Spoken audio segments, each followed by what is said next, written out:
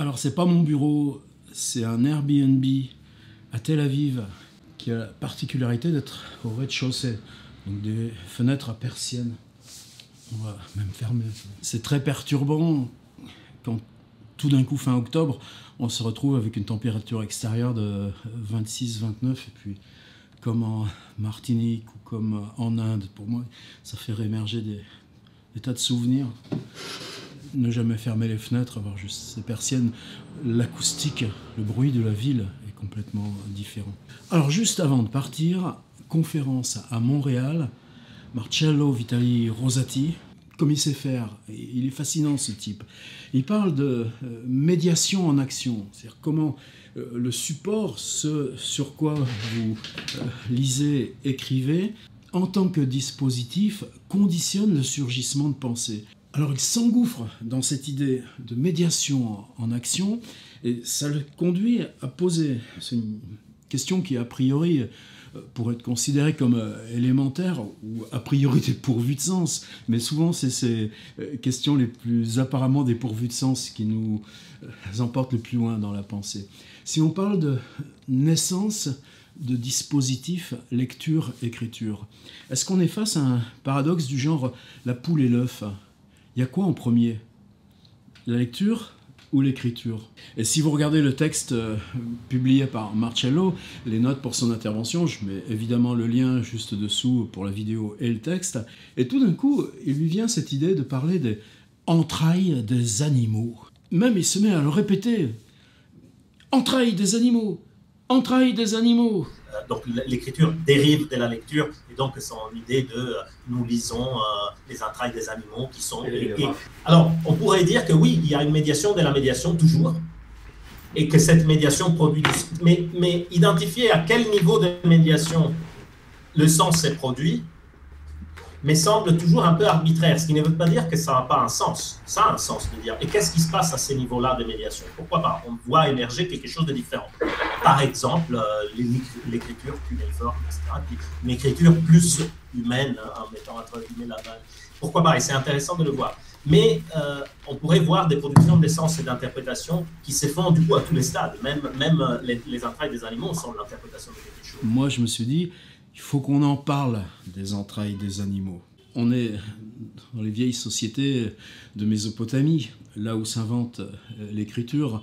Il n'y a pas de date pour ça, sinon que avant les exodes, avant les guerres, avant les moissons, pour tout grand événement, la notion de sacrifice vient en avant. Et ouvrir le foie d'un animal à la carte arbitraire qu'on relève dans l'intérieur de ce foie, en tirer des présages. Donc un système cartographique, mais périssable, fait la même température qu'ici, en 2 heures, c'est plié. Et puis ces paroles qui interprètent, elles peuvent être contradictoires. S'il y a plusieurs devins, elles ne vérifieront leur validité qu'une fois l'événement passé. Est-ce qu'on a bien fait ? Si la guerre, on l'a perdue, c'était de la faute à qui ? Très tôt, dans les tablettes, on a ces documents qui sont d'avant même la naissance de l'écriture, qui sont des cartographies de foies d'animaux. Est-ce que c'est vraiment les premiers dispositifs lecture-écriture ? Non, justement. Les plus anciens, c'est le sceau. Alors, est-ce que le sceau est plus ancien que les cartes de divination du foie ? Ne me demandez pas, moi je ne suis pas spécialiste. Par contre, qu'est-ce que c'est le sceau ? Celui qui en est détenteur, c'est du bronze, de l'or, je ne sais pas, on l'applique dans de l'argile, un bâton à la main, et celui qui est détenteur de cette plaque d'argile, donc l'image du sceau, l'empreinte, pourra exercer à distance, donc la notion de transport, la notion de séparer l'original de là où il va prendre effet, l'autorité par délégation du pouvoir. Marcello, il a raison. Si on revient à regarder ces interrelations, eh bien, on en tire des enseignements qui peuvent être primitifs, qui peuvent réviser complètement notre vocabulaire, mais qui concernent de tout près ce qui nous arrive avec les gadgets d'aujourd'hui. Et c'est là où on retrouve cette question de l'invention même du dispositif lecture-écriture en tant qu'objet lié. Est-ce que ça veut dire qu'avant l'écriture, la pensée, la dénomination, la possibilité d'énoncer les mythes, les généalogies, les mythologies étaient moins complexes? Probablement pas, puisque par exemple le moment où ce qu'on nomme Homère catalyse sur des rouleaux et puis sera inventé sous le nom d'Homère bien des siècles plus tard, la tradition mnémonique, les arts de mémoire qui sont impliqués directement dans la composition des épopées, c'est un savoir hors écriture et un savoir qui ne passe pas par de la lecture, mais une transmission orale. Aujourd'hui, on en est même à vous savez, il y a encore 10 ans, ce qui était le grand mystère pour nous, c'est qu'est-ce qui fait qu'une société passait de ces arts mnémoniques à la culture de l'écriture. Par exemple, les Romains le font, les Celtes ne le font pas. Aujourd'hui, on en vient même à s'interroger sur des énoncés plus en amont. Qu'est-ce qui fait que des civilisations confrontées à la nécessité de faire langage des mythologies, des généalogies, n'ont pas recours à la parole, mais se contentent de complexifier le vocabulaire des images? C'est le cas par exemple des civilisations aborigènes. La parole elle-même, l'univers de la parole, est une naissance avec le même arbitraire que plus tard, dans l'intérieur de la parole, l'invention de l'écriture. Ces choses-là aujourd'hui, ça me travaille aussi énormément, dans la mesure où notre média est à la fois image, parole, et évidemment temps, et s'exerce toujours à distance. Mais s'exerce à distance sans forcément la médiation matérielle de l'objet. Est-ce qu'il entraîne un ici? Ben oui, mais il fallait toujours un à portée de main. Un livre, par exemple, pas n'importe lequel d'ailleurs. Alors, entrailles des animaux, c'est ça qui peut être fascinant. Est-ce qu'il y a d'abord la lecture des entrailles ou l'écriture de la carte qui va pouvoir entrer en relation comme base de réel séparé du réel qui, lui, d'origine, les entrailles des animaux, étaient périssables, c'est dissous de suite par rapport à des ordres de parole qui se constituent non pas comme lecture de la carte, mais interprétation plurielle de cette carte qui prend par là valeur autorité et valeur symbole. Alors, est-ce que dans la question de Marcello, il n'y a pas précisément ce fait que la parole, dans son rapport au support écrit, n'est pas une lecture passive, c'est-à-dire que le support contient la totalité de ce qu'il nomme, mais c'est déjà séparé d'une réalité qui, tout simplement, a pourri, s'est enfuie. En ce sens-là, l'écriture de la carte, se confrontant à ce réel qui est déjà en train de s'échapper, est première par rapport à la lecture, qui sera l'interprétation, les modes d'interprétation se basant sur l'objet disparaissant par rapport à la schématisation dans l'ordre des signes qui en restent, la cartographie des entrailles des animaux. C'est pour ça aussi que ce penseur tchèque qui s'appelle Willem Flusser m'intéresse tellement aujourd'hui. C'est dans les livres, un livre qu'il écrit qui s'appelle Les gestes, au pluriel, où il parle. Le geste d'écrire, le geste de chercher, le geste de photographier, le geste de filmer. Et puis un petit opuscule qui s'appelle Pour une philosophie de la photographie. Et là, il fait une hypothèse, rien qu'une fiction. Il dit l'image, donc le sceau, la cartographie du foie, bien avant les autres représentations iconiques qui vont s'affiner, se développer, nommer beaucoup plus du monde. La ville, la rivière, la moisson, l'esclave, le mercenaire, la marchandise. L'image est une technique.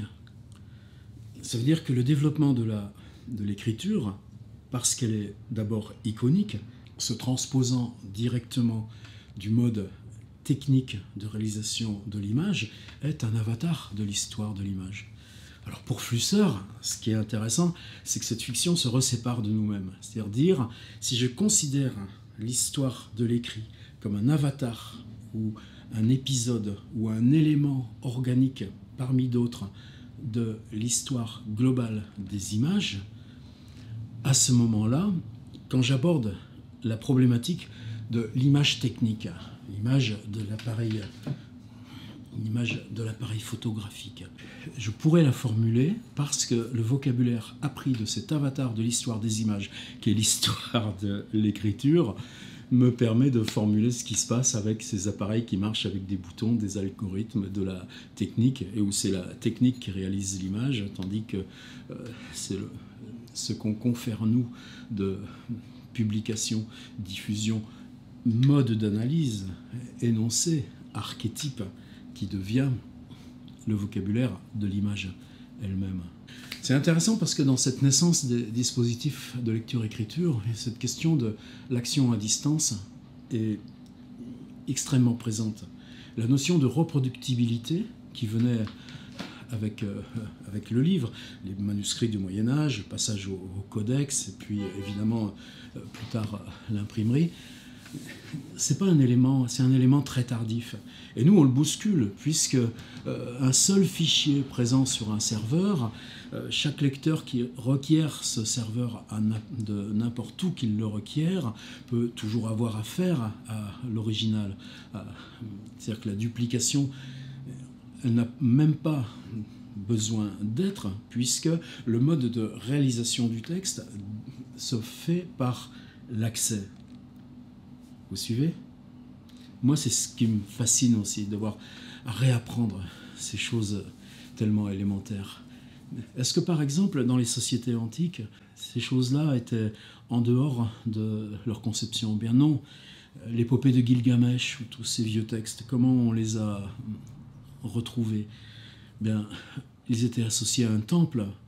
Quand on prend possession du temple, on détruit le texte qui en fonde la valeur symbolique. Le temple n'est symbolique que parce qu'il accueille l'exemplaire unique du texte. Et ça valait jusqu'au grec, jusqu'au temple grec. Pourquoi on a perdu tant de tragédies d'Échille ou de Sophocle ? Mais, ces textes, il fallait bien des gens qui apprennent à les écrire. C'est infiniment compliqué. Ces écoles de scribes, on les a dans les villes mésopotamiennes. On sait où elles sont. Pourquoi on sait où elles sont ? Parce qu'on a retrouvé dans les cours, qui sont le centre de la maison, dans cette enclosure qu'est l'école de scribes, eh bien l'examen final, ça consistait à reproduire une page d'un de ces textes sacrés qu'on n'a pas le droit de multiplier. Et donc, dans ces archives démultipliées, brisées de fragments écrits par les scribes, on a pu reconstituer l'histoire de Gilgamesh et en faire un objet reproductible. C'est compliqué, ces histoires de tablettes. Par exemple, les tablettes cuites, et puis vous reproduisez le même texte sur de l'argile moins dure. Et puis s'il y a contestation sur un texte, sur la possible falsification, ben, vous brisez l'enveloppe, et puis émerge le texte original. Et là, si c'est vous qui avez accusé de falsification, ça va tourner mal pour vous. Ou bien la réécriture, on a des seaux, pas celui dont je parlais tout à l'heure, des bassines, quoi, dans lesquelles on met l'argile mouillée, comme les Romains plus tard auront leur tablette de buis enduite de cire, et puis bien, tout simplement sur cette argile qu'on peut refrotter, on peut réécrire sur le même support. Ils savent tout ça, les Mésopotamiens, chose qui nous ont trompés. On disait, ah oui, d'abord ils ont mis des petits bâtons, parce qu'on a plein de tablettes qui sont uniquement des comptes 4 verticaux, 1 horizontal, 4 verticaux, 1 horizontal. Ben oui, mais ces tablettes de comptabilité, où on les a trouvées ? Comme elles n'avaient aucune importance, on s'en servait de remblais pour les escaliers extérieurs, puisqu'on accédait aux maisons par la terrasse. Alors évidemment, on en avait plein. Est-ce que ça veut dire qu'elles sont plus anciennes que les cartes de divination des entrailles des animaux ? Ben non, pour ça que ça passionne.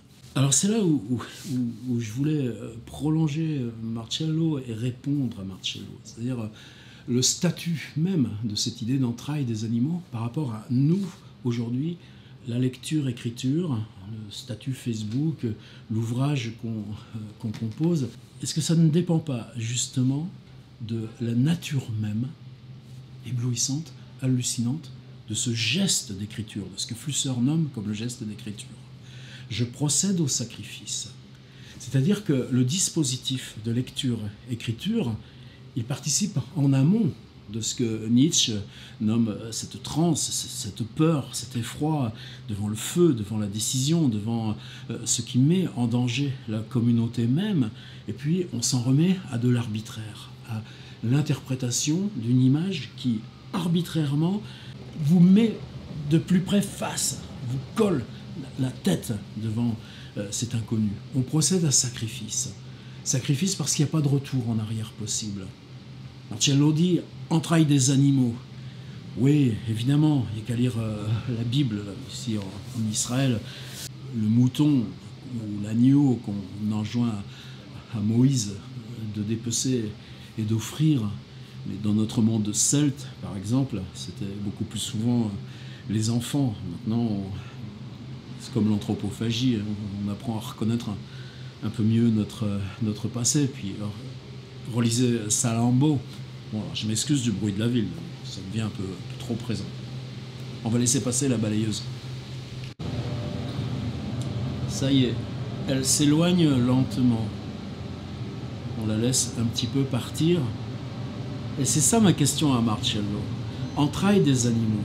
Est-ce que le dispositif lecture-écriture, il n'est pas un triangle? C'est-à-dire écriture de la carte, et là je vois bien le truc de Marcello. C'est-à-dire on dessine la carte parce que la lecture va être plurielle, va venir après, et donc cette complexité parce que dans ce processus même d'écriture, il y a lecture de l'énigme que représente l'objet, les entrailles. Mais pour nous, auteurs, et c'est un sens très large, je pense que c'est pareil pour le peintre, ben, il y a d'abord le geste sacrificiel, c'est-à-dire d'abord ce qu'on tranche dans le réel parce qu'on s'y inscrit soi-même. On agit le réel en décidant de l'incision, du dépli même de l'objet qui en fait carte et qui l'annule du même coup puisque l'objet est condamné à pourrir. Entrailles des animaux, je crois que c'est peut-être ce qui nous désigne. Oh merde, elle revient par le trottoir opposé. Alors je monte la voix. Entrailles des animaux, entrailles des animaux. Et justement, si précisément, c'était pas ce qui nous permettait aujourd'hui, ça va décroître, de poser le dispositif écriture dans ce jeu dialectique qui ne tranche pas avec celui de la poule et l'œuf. D'accord, mais qui tranche parce que dans ce rapport à la réalité, il y a dire j'interviens sur la réalité et dans ce geste d'intervention sur réalité, il y a ce qui me constitue comme auteur. Et me constituant comme auteur fait que ce truc va se déplacer hors de moi, va se déplacer sans moi, mais va se déplacer dans une dialectique qui conserve le geste. En quoi notre action, là je pense par exemple Monsieur Chateaubriand qui écrit Itinéraire de Paris à Jérusalem, tout ça parce qu'il fait un journal avec des fausses dates pour avoir 3 semaines de rendez-vous clandestins à Madrid avec une jeune femme avec laquelle les relations sont interdites. Et pourtant, Itinéraire de Paris à Jérusalem, c'est... je me perds là, quel rapport avec la choucroute? Ben si, ça, justement, que l'action de l'auteur, elle est peut-être même première par rapport à la notion lecture-écriture du livre, et le fait que quand vous découvrez le Jourdain comme moi à 65 ans, résonnent encore les phrases de Monsieur de Chateaubriand, descendant de cheval très vite, prendre une petite gourde, une petite fiole, et repartant, parce qu'il faut vite qu'il aille à Madrid pour son rendez-vous amoureux. Elle est partie, la balayeuse. J'avais vu cette vidéo juste avant de partir, et c'est des notes que j'ai prises dans l'avion. Je m'en expliquerai tout bientôt. C'est un cahier justement que j'avais acheté à Québec en 2008-2009. Et déjà à l'époque, parce que j'avais perdu l'écriture manuscrite depuis longtemps, et arrivaient les premiers iPads, et c'était tellement difficile de s'en procurer, que par vengeance, j'ai dit je vais me faire un iPad manuel. Et puis finalement, ces cahiers... ça fait 10 ans que je les ai vierges, je ne m'étais jamais occupé. Point 11. Le monde est flux. Le monde est relégation au bruit de l'instance même de la parole. La parole de Trump noyée. Ouais, le problème avec l'écriture manuscrite, c'est qu'on n'arrive pas à se relire soi-même. Entrailles des animaux. Parce que précisément, casser cette dialectique de la poule et l'œuf sur ce qui fait naître ensemble les dispositifs de lecture-écriture.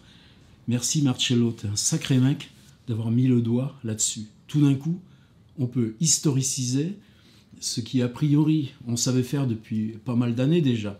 Penser ces dispositifs en rupture parce qu'ils sont lecture-écriture. Poser la lecture du livre comme écosystème ouvert, social, c'est-à-dire je lis le livre seul, mais je prends des notes, qu'elles soient lisibles ou pas. Mais dans ma lecture du livre, il y a le lieu où je le lis, le petit Airbnb de Tel Aviv. Il y a les heures, il y a la chaleur, il y a la lumière des persiennes, il y a la lettre que j'aurais pu écrire en disant, où il y a même le livre sur Bob Dylan que j'ai écrit après avoir lu pas mal de biographies comme ça. On savait reconstituer l'écosystème ouvert du livre, le réinventer rétrospectivement, et on savait que ce qui différenciait nos usages, nos pratiques aujourd'hui, c'est que lecture-écriture, tout ce qui concerne cet écosystème passe par le même appareil. Mais ça, personne n'avait eu cette espèce de réflexe vicieux d'aller l'historiciser. Lecture, écriture, il y a quoi en premier? Et puis que tout d'un coup, dans votre conférence, c'est pas dans vos notes. Il n'y a pas marqué entrailles des animaux dans ces notes. Et il bute. Qu'est-ce qui est premier? Entrailles des animaux. Entrailles des animaux. Vous voyez, aujourd'hui, pour moi, c'est ça qui peut-être est important. Cette constitution de poids symbolique dans des univers de flux, de démultiplication des accès, où, évidemment, ce qui participait de l'ancienne constitution symbolique, le rituel de sacrifice, le poids du manuscrit recopié, la fonction même de l'objet livre, tout ça se volatilise. Et c'est pourtant une sorte de miracle que nos micro-écritures, on est encore aujourd'hui à les poser en réflexion, à les scruter dans leur ensemble, à les scruter dans ce qui se collectivise d'un auteur devenu lui-même profusion, comme on est passé de la conception du mot étoile à galaxie, puis amas de galaxies, puis univers en expansion arrière continue. Est-ce qu'on en a besoin de cette question symbolique? Probablement non. De quoi on a besoin? De nous positionner nous-mêmes par rapport à l'autre.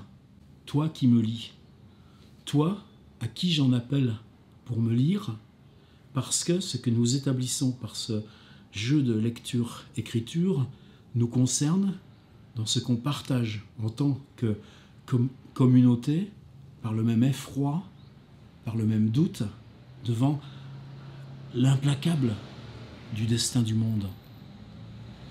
Et là, évidemment, est-ce que c'est un hasard si, dans l'origine même de ce jeu lecture-écriture, Marcello se refuse à prononcer cette première idée du geste et du sacrifice? Et oui, je ne suis pas du tout dans une lecture religieuse de la chose, dans une lecture séculière. Comment on marche le monde, comment on marche dans le monde. Comment, c'était ça ma note sur la parole de Trump, déployée dans cette masse médiatique vide. Comment notre misère de parole, comment l'énoncé poétique de notre parole. Retour à Mont, c'est le titre d'un livre de René Char. Comment ce micro-rouage de parole inséré dans le flux gigantesque, parce qu'on le resserre dans la question du dispositif lecture-écriture et qu'on l'interroge par le geste, l'irréparable du geste, et cette notion de s'être basé sur une réalité, et que cette réalité, entrailles des animaux, se dissout pour ne plus laisser que cette trace faite à un instant précis sur lesquels les paroles s'affrontent. j'en sais pas plus. Après, entrailles des animaux, c'est Marcello dans la prochaine conf qui nous donnera la réponse. Voilà, j'avais envie de dire ça.